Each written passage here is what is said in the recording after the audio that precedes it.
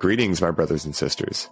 Sending gratitude to all of you who are joining in today to accompany us down the rabbit hole of self-exploration through plant medicines.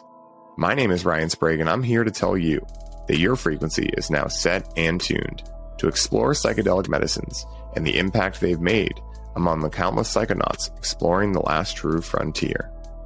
Buy a ticket and take the ride with me as we get true first-hand accounts of the experiences, benefits, risks, and transformations taking place within the ever-expanding world of psychedelic medicines on This One Time on Psychedelics.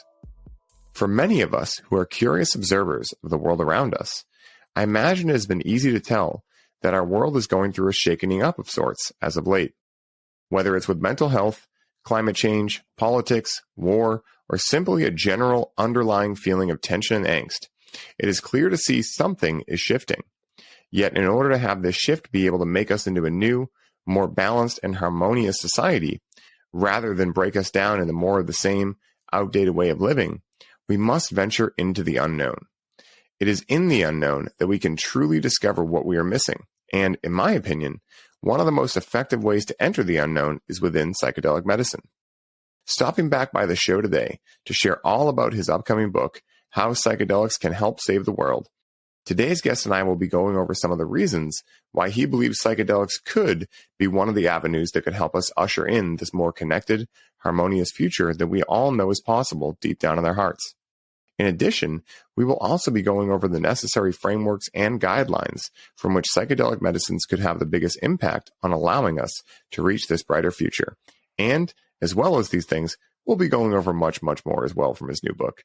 So please, help me in welcoming back my man, Stephen Gray. Stephen Gray, what's up, my man? So good to have you back on the show with me.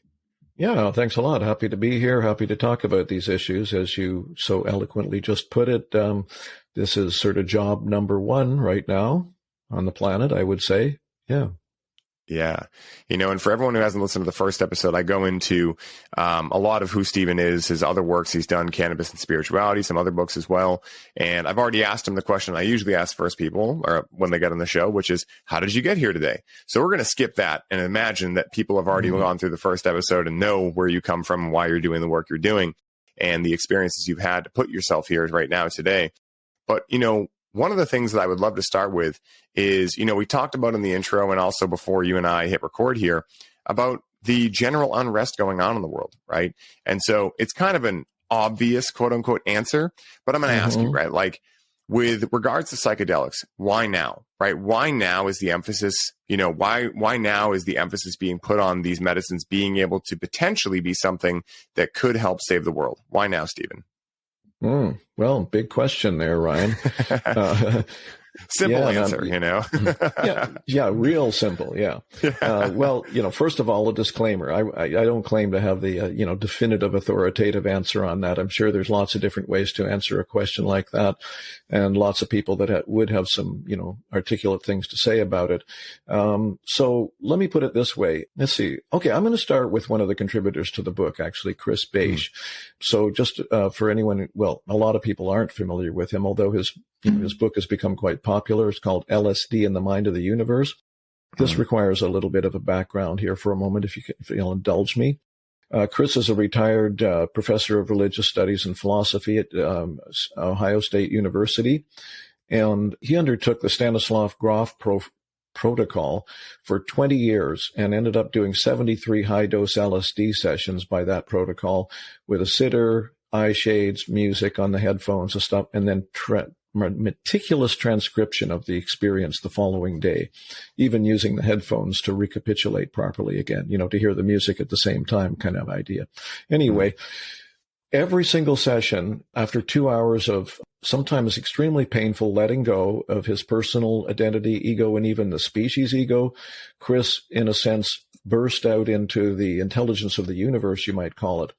And over the course of time, and especially in the later part of that 20-year period, he started to receive some very, very clear messages over and over again and built upon and accumulated, which is, this is, as I say, just one way of talking about it. But the message is the accumulated karma, if you will, or, I call it karma. The chickens or the roosters have come home to roost now. And so all the things we've been doing, we've overrun the planet essentially.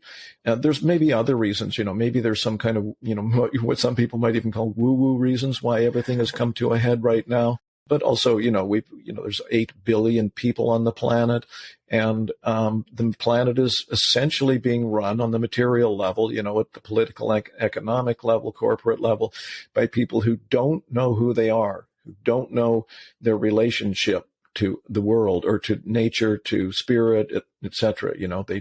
They don't know that we're all embedded in a cosmic reality, which is whatever you want to call it. It's loving, it's eternal, all those things, right?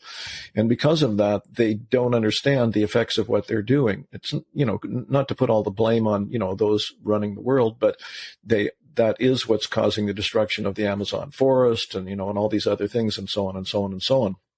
So a way to look at this is that, if you accept that, we've come to the wall, as it were, and we're sort of facing a deep, deep crisis, according to Chris Beige and, many others, I think. This is the bad news part. This is the difficult part. And this is actually why it's so important to have a book like this and to have these kinds of discussions, is that I think we're going to be facing increasing difficulties, increasing stresses.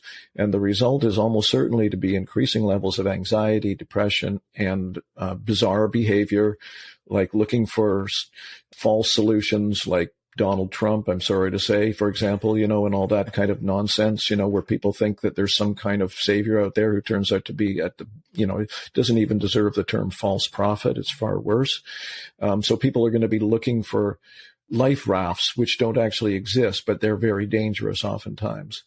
So a metaphor that I sometimes use is when the patient is in an extreme or severe or advanced state of illness, strong medicines are often required.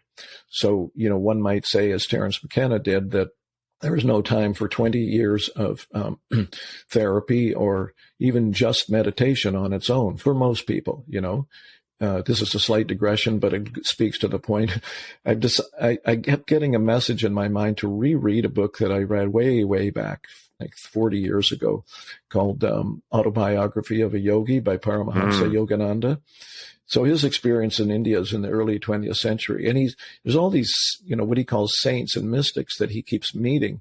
And these are guys that they're basically spent their whole life, they may have been working too, but, there were like one guy, he was a postman, and he came home and he sat up all night meditating and then went back to work the next day. So there's a kind of, I don't know how you'd put it. It's almost as if in days past there was sort of support in places like India for mystical realization. But now we need people. So what psychedelics do, potentially, as you well know, of course, Ryan, is they kind of crack open the egg, and that can result in the best case at two different kind of things, or two, I guess, related but sort of different things. One is that they can show us the things that have been buried in ourselves. Says Rumi says, you don't need to seek for love. You just need to look for the things that are standing in the way of it in your life, right? So it's that level of healing. So they can do that. And obviously related to that, when they crack the shell, is that they can, open us up to whatever you want to call it, this divine reality. And we realize that, oftentimes we are connected. We are at one with all this. It's love. It's as even some teachings by Jesus seem to have snuck through the heavy hand of the emperors, et cetera. And one of them is, the peace that passes all understanding. It's real. I can say that not because I dwell in that state. I'm still, in the trenches with most people, but, thanks actually to some medicines. I've had several experiences where I just dropped in just briefly to this moment where you go, oh, this is it. This is reality. This is the true state. There's no time. It's ultimate peace, so that's essentially what they can do, and hopefully that provides some level of answer to your question about why them, why now. There could even be more sort of woo-woo like answers to that, is like that the spirits of the medicines, or whoever they are, the intelligences that are not necessarily visible to us. They love this creation. I mean, this planet is, in a sense, an art project, you might say. It's an incredible, beautiful, exquisite, beyond intelligent configuration. Like, why do we have exactly the right amount of oxygen to live? If there was 2% more or less, bingo, all of us are gone, right? Why is the sun just hot enough to support life? All these things. Why does water exist? Why does anything exist? It's absolutely brilliant and intelligent. And I can't prove it, but I suspect that the creators, whatever they are, whoever they are, they don't want to see us blow it completely. They want to see something come through so that we can recognize and realize and manifest the potential gift that we have been offered on this planet. So just to finish up on that for the moment, people like Chris Bass are saying we're in for a really fucking hard time, pardon my French.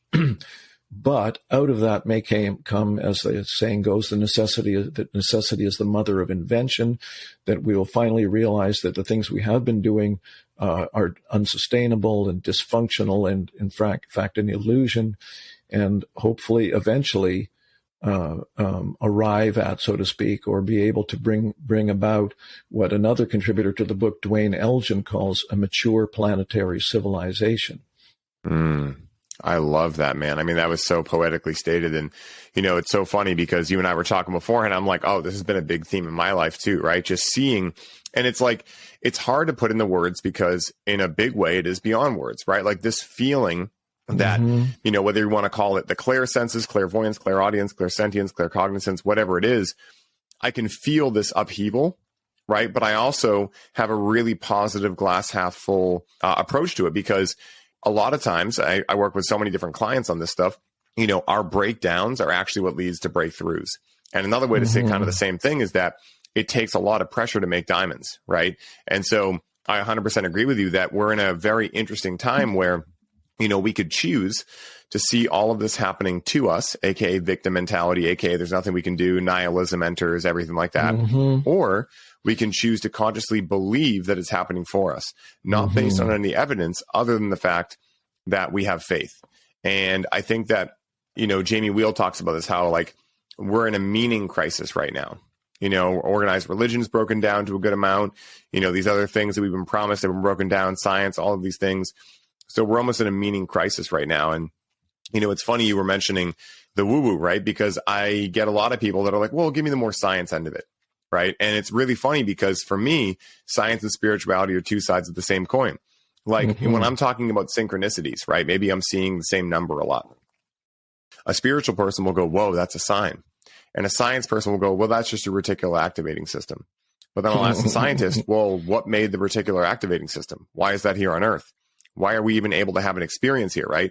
And really soon they get to a point where they're like, I don't know, right? And so rather than say they're wrong or the spiritual person's wrong, it's like, what if it's both, right? What if there is a scientific explanation for, let's say, the reticular activating system that can help you see synchronicities? But what if also the same thing that made the reticular activating system wants you to see those signs, and that's why that system's there? So it's funny, exactly. Like, it's like this really gets into, I did this personality test the other day from Jordan Peterson. Great test, actually. It's called, it's at understandmyself.com. And I was at a house with, 30 other coaches, people coming in, coming out. My buddy, Mark, he opens the whole house up, down in Virginia for a month and just has a bunch of coaches that he's certified come through, leave, new coaches come in, everything. So it was a month of just hanging out with just amazing people that are in the same line of thinking and being. And so my buddy Adam was like, hey, everyone do this test. I want to know who you are and how you are. And so for me, like one of the things that came out of that was intellect, right? A lot of the times for me, I thought intellect equaled knowledge, but it doesn't, right? That's more like IQ. Intellect is your ability to think and act abstractly. And so like this kind of stuff, right? Like I feel I operate really well in the areas where there is no objective answer, whereas other people like much more to have a finite answer that they can get for a specific question. And I think that's like one of the things I see with psychedelics is people that have that intellect, right? Which isn't a good or bad thing. It's just a thing, right? If you're making a video game character, it's just one of the things you can put up. I think that, those kind of people can really benefit from that abstract experience. Yet at the same time, if we can allow people to see the fact that pretty much everything in life is abstract, like the reticular activating system and who invented that, or not invented it, who made it, etc., then I think I think that right now we're going through such a challenging time. But at the same time, like I always say, when you go to the gym, if you want to build muscle, do you go there and do 2 push-ups, or do you go there and put yourself to failure to break down that muscle to grow it back stronger? So it's just really funny that you're talking about it the exact same way that me and so many other people right now are clicking into it. And I think that, very similar to you, I think that psychedelics can be that cognitive shift for a lot of people, where, like, the way I always put it, because I'm very similar to you. I've met a lot of people, especially with the mystery schools and things like that are like, hey, you shouldn't need to do psychedelics. And I'm like, hey, I understand your point of view on that. Yet at the same time, I also can understand that throughout antiquity, these medicines have been used to, illuminate things for people. But the part that's missing, and a big part right now with I hate to use this term because it's so cliche, but the psychedelic renaissance, right, is the integration piece. Like, how do we capture that experience we had and actually allow it to inform our day-to-day reality? And I think that if we can do that in a very easy to follow, not so woo-woo out there, but enough woo-woo that it allows people to start questioning things, I think we can do that. That's going to be an essential step to allowing psychedelics to help save the world. Because without integration, right, people are just using substances. And in that respect, no judgment, but they're probably not going to be able to take that experience and have it affect their day-to-day lives. Would you agree on that?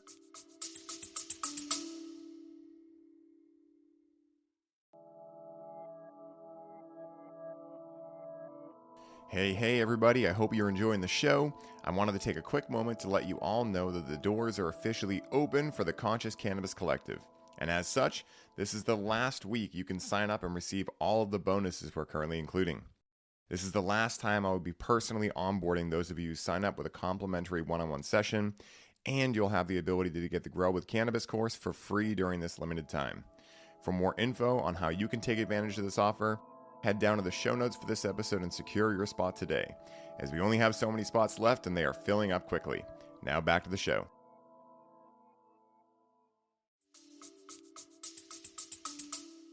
Well, yeah, I mean, I don't know if there's any specific studies on it or any way to prove it or disprove it, but yeah, no, that's kind of what we were talking about. I think that was before we even hit the record button, right? Yeah. Was that, as the great religious scholar Houston Smith put it, it's, I'm somewhat rephrasing. I don't remember the literal actual few words, but I've got the gist of it. And that is that it's clear that psychedelics can produce a religious experience, but much less clear they can produce a religious life. He had another famous, kind of one-liner, which was something to the effect of, what's really matters is altered, more than altered states is altered traits, right? So, and I think we were talking about this at the beginning again before we hit record, was that, just because you've had whatever you want to call it, an experience of sudden enlightenment, a satori, as the Zen Buddhists call it, or, a sense of realizing, what you think is the true nature of things, and very well maybe in the moment, bringing that back is a whole other issue. And I don't know how successful people are doing that in general these days. I don't know if anyone could do a study, but it would be really interesting if somebody could, do kind of like 10,000 people who have been taking psychedelics for 10 years or so, and have a longitudinal study where they ask them the same kind of questions at the beginning and the end and the middle and all that kind of stuff, and somehow ascertain what actually has changed. I mentioned to you also at the beginning there that apparently there are some studies that show that psychedelics can actually exacerbate your primary tendencies already, pre-existing tendencies. And so if you have a tendency toward, if you're still, kind of tending toward like arrogance and, that side of things, they can actually make that worse because you have these experiences give you some, confirmation. Oh, I've had this amazing mystical experience, right? Yeah. And that people who are, already leaning toward a sort of humble, open-hearted, don't know mind. You made some comment about that a minute ago about knowing things, the intellect and all that. And it's actually it's sort of a core Buddhist teaching is the beginner's mind, or the don't know mind. I have a little book behind me on the shelf back here somewhere. It's a lovely book. It's quite old. It's back in the 70s. It's called Zen Mind, a Beginner's Mind, by a Zen teacher who came to San Francisco, actually. I think he had the San Francisco Zen Center, if I'm not mistaken. His name's Shunryu Suzuki Roshi. And in that book, he says something to the effect of, in the beginner's mind, there are many possibilities. In the expert's mind, there are few, right? So the walking the path, the integration aspect of it is, basically every moment of every day. As my old Buddhist teacher said, there's no time off, in a sense. It doesn't mean you can't watch television, series or something before bedtime or whatever, but it's part of the human condition.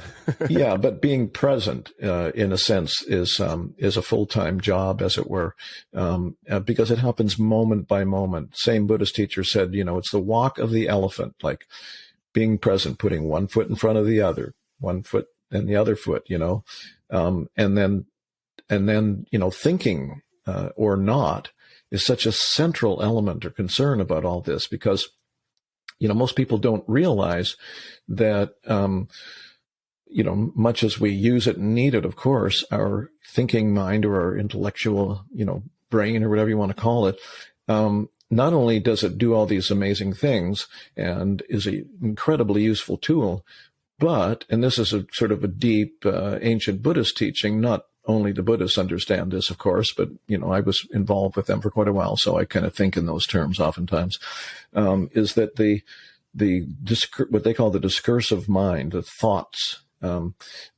also function as a smokescreen, so to speak, or a wall that we build around ourselves to protect us from what actually just exists when we let down the guard, as it were. And so, catching that, I happened upon a book, somebody recommended a book. I'd never heard of this guy before, but apparently he sold quite a few books back in the late 60s and early 70s, a guy named Vernon Howard. And I think he wrote 2 or 3 books. I don't know. I've got one of them. It's called The Mystic Path to Cosmic Power. Perhaps a little bit of a glorified title, but he's got a lot of great advice in there. And one of the things that he says is, he said, first of all, I know what I'm talking about from experience. I'm not just making this up or, parroting things I've read. However, I have studied all the mystics too. And they all essentially agree on one point. If they don't agree on everything, they agree on one point. And that is that if there's one teaching or one sort of, quote unquote secret, it's to observe your mind, observe the thoughts that arise non-judgmentally, totally neutrally, no matter what they are, and then release them in the moment, which is essentially what the core universal Buddhist meditation practice is too. You watch the thoughts arise, you realize they're not you, they're just these things that come up in the moment, temporary clouds, as it were, and then you release them without judgment. And so the only things that can bring you down and keep you from waking up are those thoughts, because even if somebody else is being mean to you, you can project that all on them and say, it's all their fault, they're an asshole, whatever. But still, you took those. I know it's not easy. I don't mean to be glib about this at all, but you took that thought or that energy coming from that person, and you had a thought about that is that I've been brought down, or I'm angry, or I'm sad, or I'm depressed now because somebody says, hey, you're no good, or whatever, however they more, sophisticatedly they put it, right? But you had to take that and do it to yourself. And I know some people are going to say, oh yeah, well, big deal, not big deal, but that's a cliche almost, that's sure easy for you to say. No, I know it isn't easy for me to say, but that's the path I'm trying to walk, is that every moment of every day, excuse me, I try to be aware of, first of all, do I need even to be thinking now, right? Eckhart Tolle in his book, The Power of Now, talks about that. He says, the relationship you want with your mind is where, your thinking mind is that you can think of it as a tool that you can pick up when you need to use it, but you can also be capable of putting it down when you don't need to use it. And so that's what I meant by how this sort of overlapping thoughts, discursive thoughts, create an obscurity that prevents us from opening up into what's already there. It's not something we have to climb a mountain to find. It's something we have to allow ourselves to relax, open, surrender into, and that's what the world needs, actually. The psychedelics benefit can help, as I mentioned earlier, just to repeat, in two related ways. Again, one of them is that can show you the wounds that that are stuck in there, and so just by seeing them, it's a little bit like what Vernon Howard was saying. It's a little, like you see it, and then, if you just keep releasing it, it maybe hopefully doesn't have the same power over you. It sort of loses its power in that way, excuse me. And then again, the other side is show you that this little world that, we've all built, this cocoon or this ego that we've all built to survive, no judgment against it. We all had to do it. We all did it to one degree or another. But it's an illusion in that sense. And it's actually a very harmful illusion. Ultimately, it's incredibly limiting.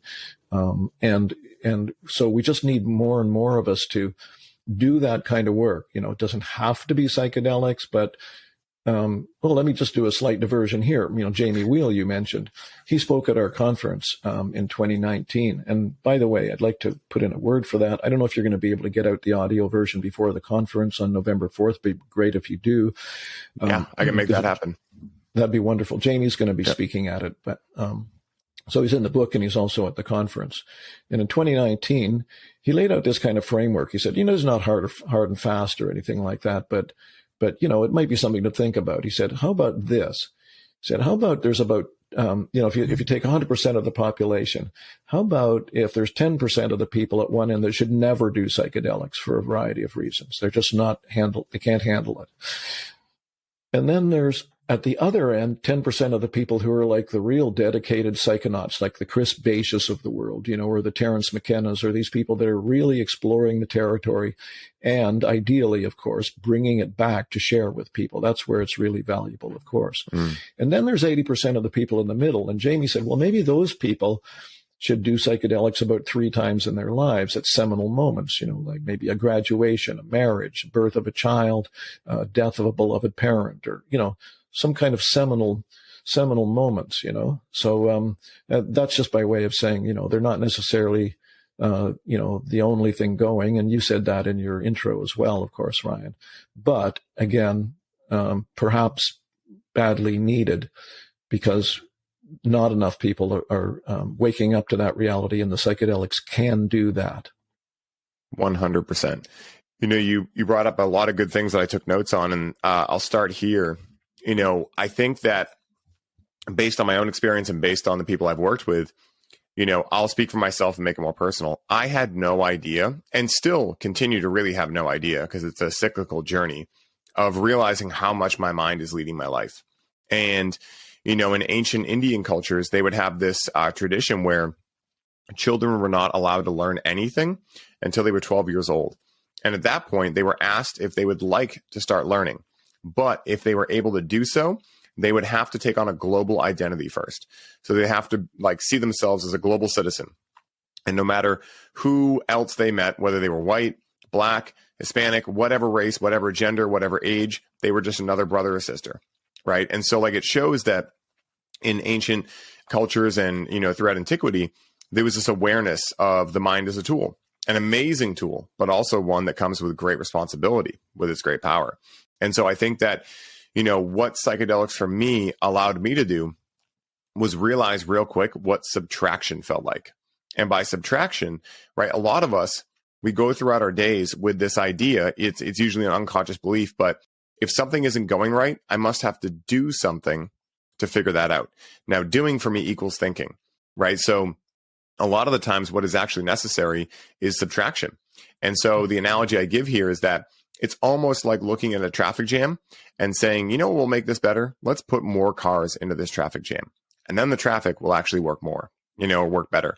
And that's completely silly, right? Anyone listening to this knows that wouldn't work when it comes to traffic. But a lot of us are just unaware that we're still doing the same thing with our minds and with our thinking. And I think that, what you were talking about with the beginner's mindset, this is probably, soft talk acknowledged, probably the most influential lesson psychedelics have ever taught me. Is one of two. One, that I was not my thoughts. That was definitely influential at a very young age. But the second one was that I'm never going to know anything. And that the whole point of life is to not know anything. And this whole thirst trap that is knowing, it's great to get curious. It's great to observe. It's great to philosophize. But to the degree that you think you're worth, or that the point of life is in knowing things, like, let's face it, right? The track record for knowing things for humanity is pretty silly, right? Like lobotomies were the best thing ever until they were the worst thing ever, right? Leaded gasoline was the best invention ever until it wasn't, right? Lead in paint was great until it wasn't. So again, like, if we can look at it more of like it's a constant process of becoming. And to do that, what I've found is that psychedelics can be one of the things that for me was the quickest way to realize that experience of like, oh shit, I actually don't know anything. And to the degree that I think I ever know anything, I'm going in the wrong direction, at least for me. Everyone gets to come to that conclusion themselves. But for me, that was what I realized really early on, was like, oh my God, how was I ever convinced, or how did I ever come to believe that I needed to know things? Because if we look at the world right now, why do a lot of people see themselves as separate from other people? Well, because that other person disagrees with something they know, not that they believe, but that they know. And, if you go on Facebook for 3 minutes, you'll see people wasting their energy trying to convert people from one point of view to another point of view. And the sad reality is that even if somehow one person proved objectively that they were right and the other person was wrong, well, that other person, that's their identity, right? Their identity is wrapped up in this opposing view. And so to think that someone's going to change their viewpoint when they're in a sympathetic nervous system response because someone's arguing with them is silly. And so again, that's why I say it's a thirst trap, right? It sounds really attractive, but it just completely screws you over, and I see so many people getting into this, and I got into it for a long time too. And Paul Chek, I don't think he's the first one to say this, but he said it really funnily, which was, you were talking about how the beginner's mind has many possibilities. The expert mind has very few. He says often, do you know what PhD stands for? Piled higher and deeper, right? Because you're learning from other people's experiences what they think they know. And then a lot of the times we're taking those in, not as like, okay, let me ponder this and figure out what I think on it, but just, okay, this is objective truth, keep going. And so we're essentially becoming human calculators in a big way. And this brings me to my next point, because, in your book, you talk about, returning to nature and the ability of nature to heal. And you also talk about the divine feminine. And I think these things are very interlinked, at least to how I took them in, where what I see happening right now with this very like driven thinking mind, doing type, culture is a certain form of masculinity.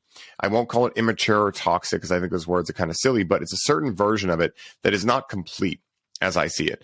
And also we can see that based on how the masculine, or the proponented view of the masculine in the world, people that run the world, whoever want to call they in this situation, how they treat women, so this, and just feminine energy in general, right? For so long, men have said, don't show your emotions because you're a pussy if you do, and all these ridiculous things, right? Now we're realizing, oh, maybe we didn't know that either, right? And so I'd love if you could speak to a second about, the returning to nature and the ability of nature to heal. And if you wanted to throw the divine feminine in there too, I think this would be a good point to do that too, because I think these are really important points. And I think it's kind of like we've laid out where we're at, and we've laid out a couple possibilities, but now we can intertwine how psychedelics can interact maybe with nature, maybe with the divine feminine, and how these things are all just interlinked. Oh boy, I hardly know where to go with that one. Yeah, well, what to say? Well, I'm going to come at it slightly obliquely to start with, in the context of the conversation we've just been having about the thinking mind and all that. Some people would say, and I would agree with that what needs to happen is a giant slowdown. Excuse me, they still measure the success of society, so to speak, by the growth economy, right? We're having a slowdown, a recession. Oh no.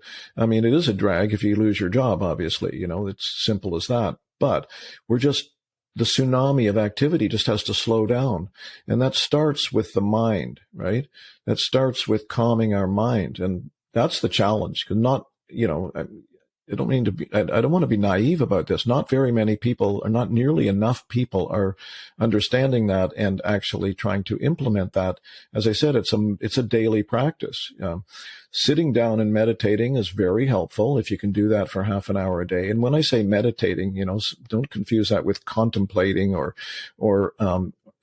even like hatha yoga, for example. I mean, nothing against hatha yoga, but the ultimate practice, if you will, and this is not a position, this is an experienced based understanding from many, many people over, millennia, really, is that we have to open up that, obscuration of the thinking mind and pay attention to our breath. I often like to think of the breath as our sort of savior, our guru, our healer in that way, let the breath just come and go and allow the thoughts to drop away, even if they keep coming back, like Rumi likes to say, or likes to, in one of his poems, he says something like, that's the 13th century mystic poet Rumi, if someone is not familiar with him.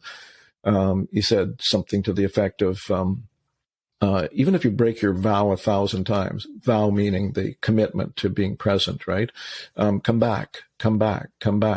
This is not a caravan of despair, right? It's like, we don't even trust, we don't know, and I'm including myself in that because I'm still, learning to trust. We don't understand, almost all of us, certainly to the full extent that we could, and at this point probably should, that we can trust life in a sense. We can trust love. We can trust peace. We think, and this is, you've been talking about this the last while too. We think we have to struggle with it. We think that we have to kind of figure it out, right?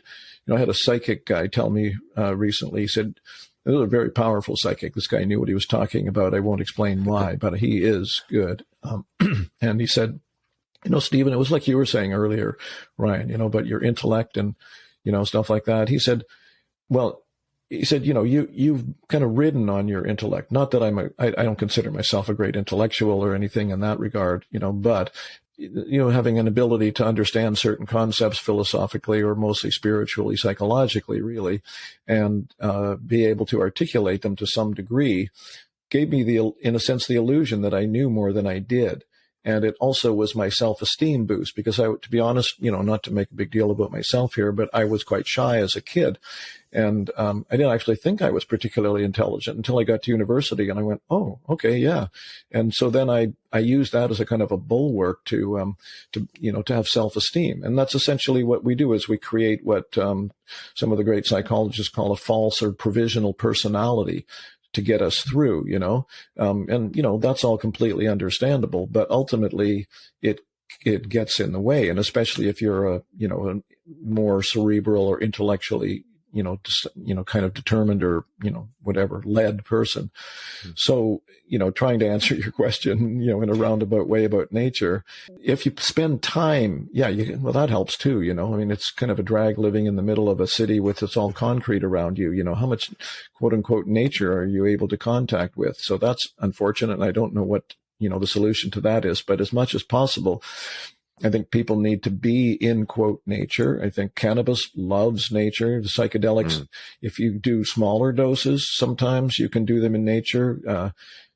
Terence McKenna's ex-wife, Kathleen Harrison, has a lovely essay somewhere. I'm not quite sure where it is anymore, on the beautiful connection with nature that you find with a moderate dose of psilocybin mushrooms, I just caution people to be really careful about that, because if you get up into what Terence calls the heroic or committed doses, you don't want to be doing anything other than being in a very, very safe indoor space, basically. But, at, I don't know what, 1 gram, 1 dried gram, maybe, 1.5, 2, perhaps even, going for a walk in a place, you're going to feel safe, perhaps with friend, or two or whatever, and, shutting up the mind as much as possible, not just getting into random chat and just paying attention.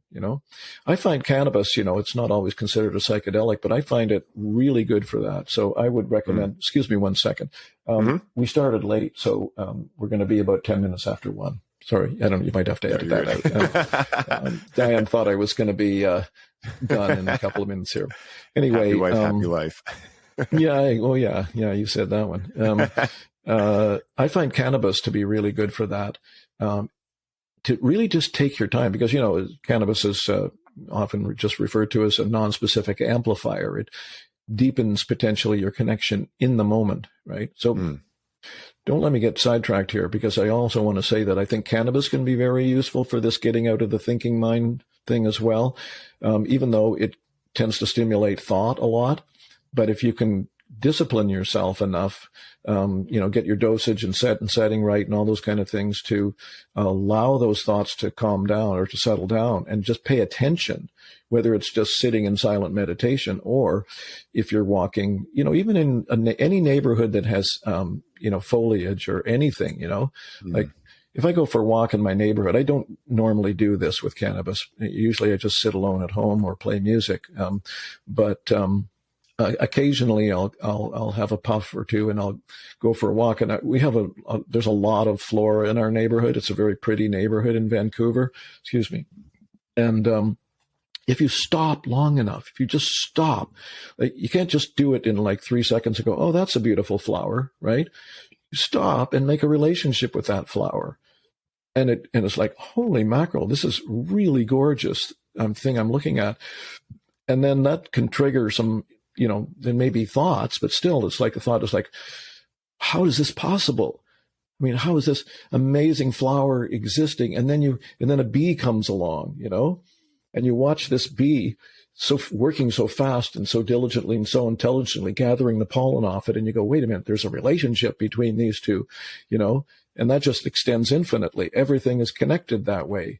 I don't know. It's just,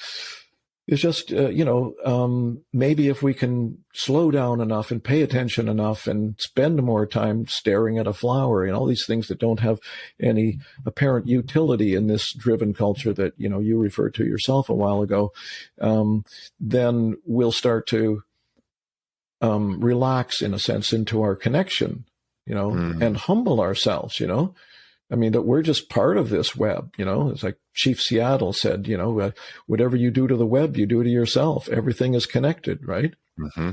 So, and, how does the divine feminine come into that? Well, as well as I do, because you've already articulated in your commentary a moment ago. Let me just try this one and hope that it makes some sense, because I'm sure there's other people that can articulate this better than I can. We might say that an element of the archetypal feminine, so to speak, is receptive, the ability to be receptive and the ability to feel. It's interesting that what you said earlier about how, the masculine sort of thing and all that, right?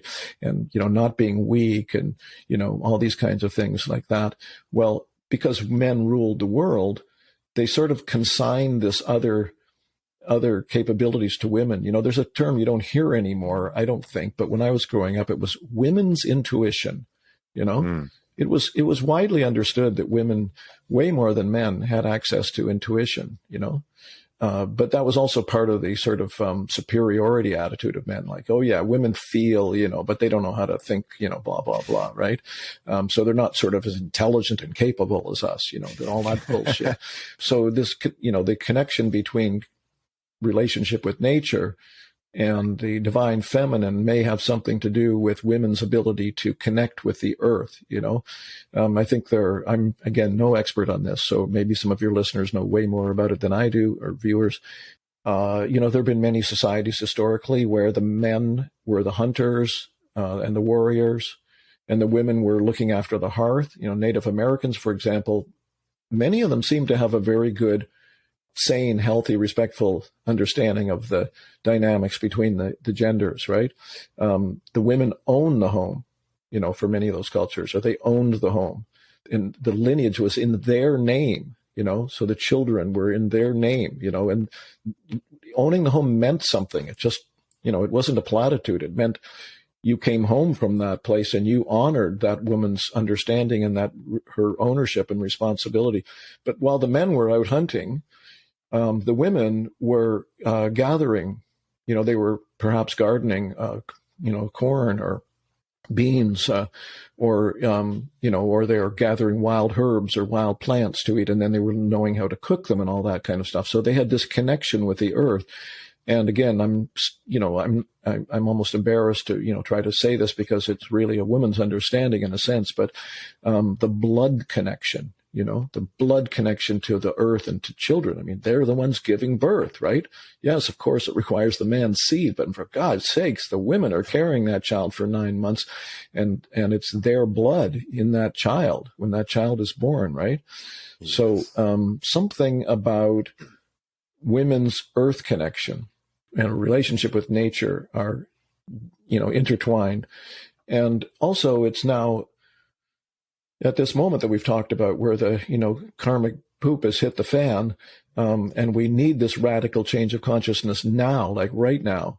What's been suppressed has been that interconnection to nature and to the divine feminine, or feminine, if you want to call it that, or even just the ability to feel and connect by feeling and by intuition, right? So intuition is, I think, one of the great, largely untapped natural abilities that needs to come into it. And again, coming back to the thinking aspect of things, we have to clear space. We have to, if you're just thinking all the time, there's no way for that to enter. You have to calm yourself down as much as you can. In that sense, humble yourself and pay attention. Terence McKenna always used to like to say with psychedelics, sit down, shut up, and pay attention. Could almost be like the motto, for moving around the world. You not necessarily sit down, but, kind of sit down, metaphorically speaking, shut up in the sense of allowing the thoughts to calm down, as like Cartola says, when you don't need them, and then just pay attention, pay attention to the world around you. Let yourself be. My old Buddhist teacher used to say, talk about letting yourself be touched by the world, right? Letting yourself be touched. Yeah, another good one that he, you think that, these great, sort of esoteric, mystical teachings, but they're very practical. He said, what you want to learn is the ability to appreciate the redness of red and the blueness of blue, right? Which comes back to my idea that I was mentioning about spending time dancing mentally, so to speak, or perceptually with flowers or, anything in nature. Watching the bees, I love bees. We have a backyard here and we've got a fair number of bees that come around the flowers. And I'm in awe of them, really. They're just, it's just, anyway, enough of that. I think I've answered my question to the best of my humble ability, actually. Steve, you did great, man, because this brought up a lot of me where the main thing is a difference for me between being and doing. And neither are bad or good, right? They're just different sides of the same coin, yet at the same time, we're out of balance, right? We're way up here in doing and intellect and thinking. The analogy I give a lot, because I like to be practical too. And, whenever we're talking about like esoteric things or out there things, I always want to bring it back home too. And because I think it helps a lot of people, understand it. And the way I always say is that if our intellect and heart, let's say, are the two aspects of us. Now, of course, we're leaving out soul, spirit, but let's just say it's intellect and heart, aka doing and being, right?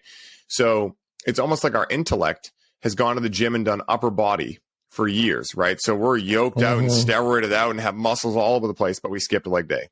So we have skinny, scrawny little chicken legs, right? And so like that's the analogy I give a lot, where it's not that doing is bad, it's not that thinking is bad, but in like it's almost like the punishment needs to fit the crime, like that kind of thing. And it's like, or said differently, what's the right tool for the job? And I think that we've tried to allow the mind and the doing and the thinking to give us meaning in life.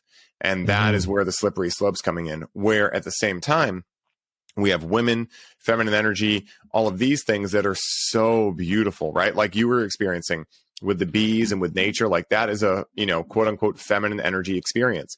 And, one of the things I'm very grateful of is that my parents raised me to be very in touch with my feminine side. They never explained it like that. It just so happened that's what they were doing without explaining it. And so for me, I can always tell when I meet men that are very stuck in their masculine. It's not a judgment by any means, but it's something where a lot of men that I work with, they're seeking that feminine connection, even if they don't call it that. They're seeking to be like, I want to relax more. I want to feel calm. I want to feel fulfilled, right? Like those are all pretty feminine things because they're synonymous with contentment.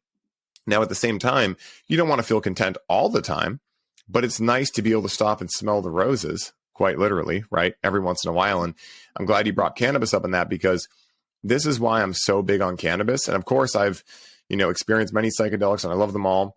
But at this point in my life, I've had the grandiose experiences, and it's not to say that there's nothing else there for me. I mean, it's just now I'm like, I'm tuning into this aspect where cannabis really helps me connect to my humanness. It helps me connect to like the present moment.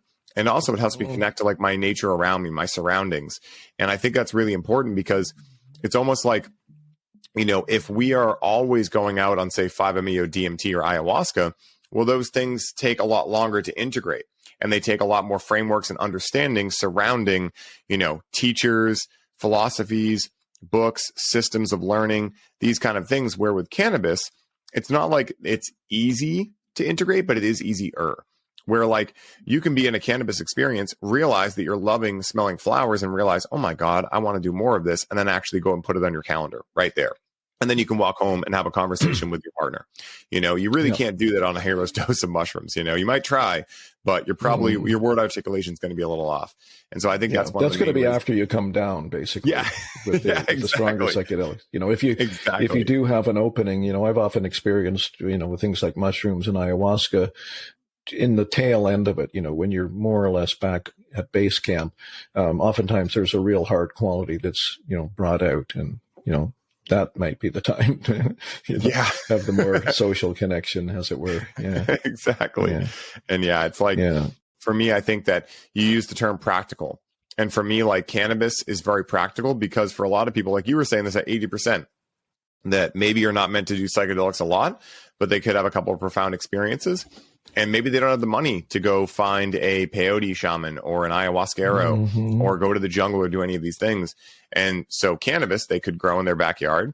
They could learn some pretty elementary information based on harm reduction, minimum effective dosing, and be able to have some sort of experience that hopefully allows them to get a wink or a taste that there's something bigger at play. Because I think that the more we can get connected to that something bigger is at play, and that everything is happening for us and all the things that go along with it, I think the sooner and faster we can get to that point, I think is when we'll actually start seeing this global shift. And I think that, in a lot of ways I am seeing it. It's just that you said we don't have the most time in the world to dive into this stuff, right? We don't have the most time in the world to watch it beautifully, slowly take shape. Like we have about 10 years, if the doomsday calculators are correct. And, so no pressure, of course, right? No pressure. But, I think that it's definitely time where, we start actually diving in and saying, okay, what can we do about this? How can we support people with psychedelics if that's going to be an avenue they take to be able to do so and know that they're creating more good in their life rather than harm, and they have a way to actually contextualize it in their day-to-day life. Yeah. Well, I think the most important thing of all is to understand that, not even understand. You mentioned this at the beginning, I think, you used the word faith. Well, faith is a bit of a toughie, but, like how do you rouse up faith in yourself in that sense? So let's say, take a chance on faith might be another way to put it, right? That, the only attitude that's functional, regardless of whether it seems like tilting at windmills or not, the only attitude that's functional at this time on this planet is to think that, you can heal yourself and you can contribute. Just healing yourself, that can be too narcissistic and a waste of time and money, so to speak, and not helpful. But we all need to rouse up our inner warriors in that sense. Anyone that can do anything needs to take that attitude. And that attitude in itself gives you energy. The people commenting, I think it was Noam Chomsky said, that being hopeful is not just foolishly romantic. It's necessary to be able to function and participate and act, So, we basically need to, as many of us as possibly can, gird our loins, as it were, and just go, okay, yeah, things are looking bad. They're, and they're getting worse, and they're probably going to keep getting worse. But what am I going to do? Am I going to sit there in despair? Am I going to build a bunker and keep everybody else out? I'm going to try to, create a spaceship to go to Mars, or am I going to participate in the change of consciousness that's needed to help us understand that we are in relationship with everything, and we are, as one of the contributors to How Psychedelics Can Help Save the World. He's brilliant, by the way, Tyson Yunkaporta. He has his own book called Sand Talk. He's amazing. He says, we are a custodial species. We are responsible now for this world, like Don't misunderstand that, folks. It's not like we have dominion over the world like the old Christian thing kind of used to say. It's that, we are the ones that can do this. There's, amazing intelligence all throughout nature, obviously, but it's humans that need to do the work right now. That we need to make this change. And it's a drastic change. It's a radical change, and it's a difficult change. But as Ryan, and this is what people like Chris Bache are saying, I never quite finished what he was saying earlier, which was that, yes, the guides, if you will, the vast intelligences of the universe are saying we're going into a period of crisis. But as he got near the end of that 20-year period, the voices seem to be increasingly optimistic or confident that we likely will come through it. We'll come out much, diminished in certain ways, and much chastened in certain ways, and much wounded in certain ways, but we will eventually. And this is really important to understand too. It's service now, because it's not going to happen in the next 5 to 10 years. It's not, boom. We're serving the generations to come now. Okay. Yes. So, it's like we're doing the work, excuse me, that has to be done for the future at this point. Anyone who can do it, because it might take 50 years, 100 years, 200 years, 300 years to go through this current transit. Chris received no guidance on timelines, just that we're in it now. The shit has hit the fan. We're in it now. And we have this choice. Essentially, every human being has this choice. It can either go into despair, depression, anxiety, weird thinking, pull out the guns thinking, follow false prophets thinking, whatever, or we can, this is where it comes back to paying attention. That is another message, as Vernon Howard says, from the false identity. It's terrible. That's a thought, right? Regardless of whether it looks like that or not, that is a thought. And if you can just see it and let it go, even if it just keeps coming back, like Rumi says 1,000 times, and just keep letting it go, and then sign up. That's my kind of final diatribe. I actually should get going at this point. No, man, that's amazing, man. And what I'll say, in the quickest 10 seconds I can is that, I think a good step for anyone listening who wants to know, like, where do I start? Follow the breadcrumb trail, right? Right now, something in you is telling you something that you probably logically think you shouldn't do. If you choose to risk it all and dive in and follow that breadcrumb trail, it will lead you somewhere. Where it will lead you, I have no idea. But I promise you, if you continue to follow that, you will end up exactly where you're meant to be, being of service in the exact way that your unique fingerprints can do in a way that no one else does. And so I think that's a good practical step for, like, where do we go from here, right? Start following the breadcrumb trails. If you're interested in psychedelics, start reaching out, educating yourself, talking to individuals who can help you understand harm reduction, and go from there. And so, Steve, this has been amazing, man. I can't wait to have you back on for round 3. Of course, like we said, you have the book coming out. Tell people where they can find you, where they can locate the book, any classes you have upcoming, workshops, anything you got going on, man. Tell the people where they can find you.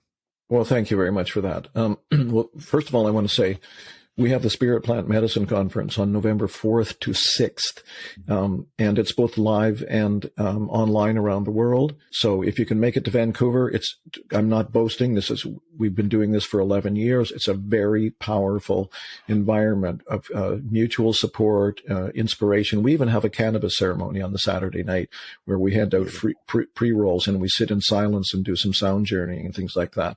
We sometimes refer to it as the conference with a ceremonial feel, but it's completely central to this stuff that we've just spent an hour talking about, Ryan, and also the exact same mission of the book. And in fact, 7 of the book's contributors are will be at the conference. Jamie Wheel, Chris Bache, Dennis McKenna, Wade Davis, and a few others will be speaking at the conference as well. So there's that. And also, there is, much as we do need your money, because we're not making any money on this, there is a free version of the online one. We would really like it if you could either make a donation or sign up for what I think they call the VIP version or something, which is more interactive and has some perks of different kinds. It's all on the website. So it's spiritplantmedicine.com, spiritplantmedicine.com. And the book, again, is How Psychedelics Can Help Save the World. And the subtitle is Visionary and Indigenous Voices Speak Out.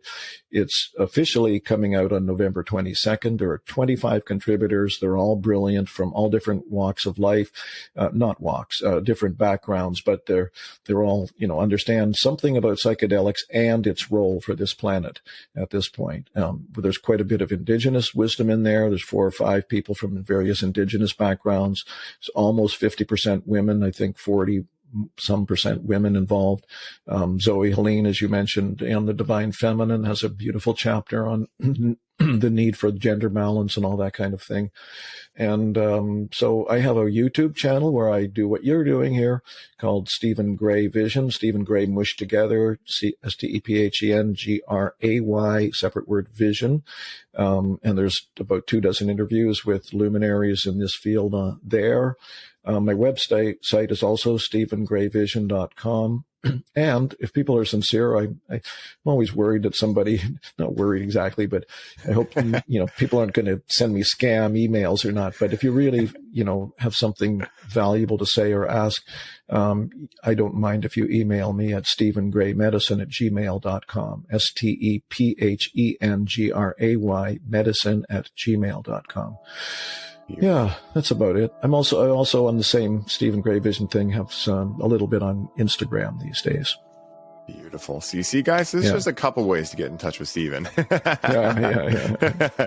Okay, ladies and gents, when Stephen and I chatted on the first episode and he shared with me his new book, I knew I wanted to have him back on to discuss this in detail, as I know many of you who are part of the same belief system as Stephen and I when we say that psychedelics could be one of the things that can help save the world. And as such, it is up to each one of us to ensure that we have the information and awareness necessary to ensure these medicines are connected with consciously and responsibly in order to usher in the possibility of these medicines playing the role we laid out here today. For anyone looking to connect with Stephen, find his books, and stay up to date on all of the amazing creations he is putting out into the world, make sure to check out the show notes for this episode, where I will be listing all of the best ways to do so today. Stephen, thank you so much for doing the incredible work you are doing in the world to not only stand up for these medicines, but also provide the knowledge necessary to educate society at large on how to connect with these medicines consciously and responsibly, and for sharing your time, energy, and your wisdom on the show today. And until next time, my friend, may your journey be smooth and full of light. Aho. Thank you, Ryan.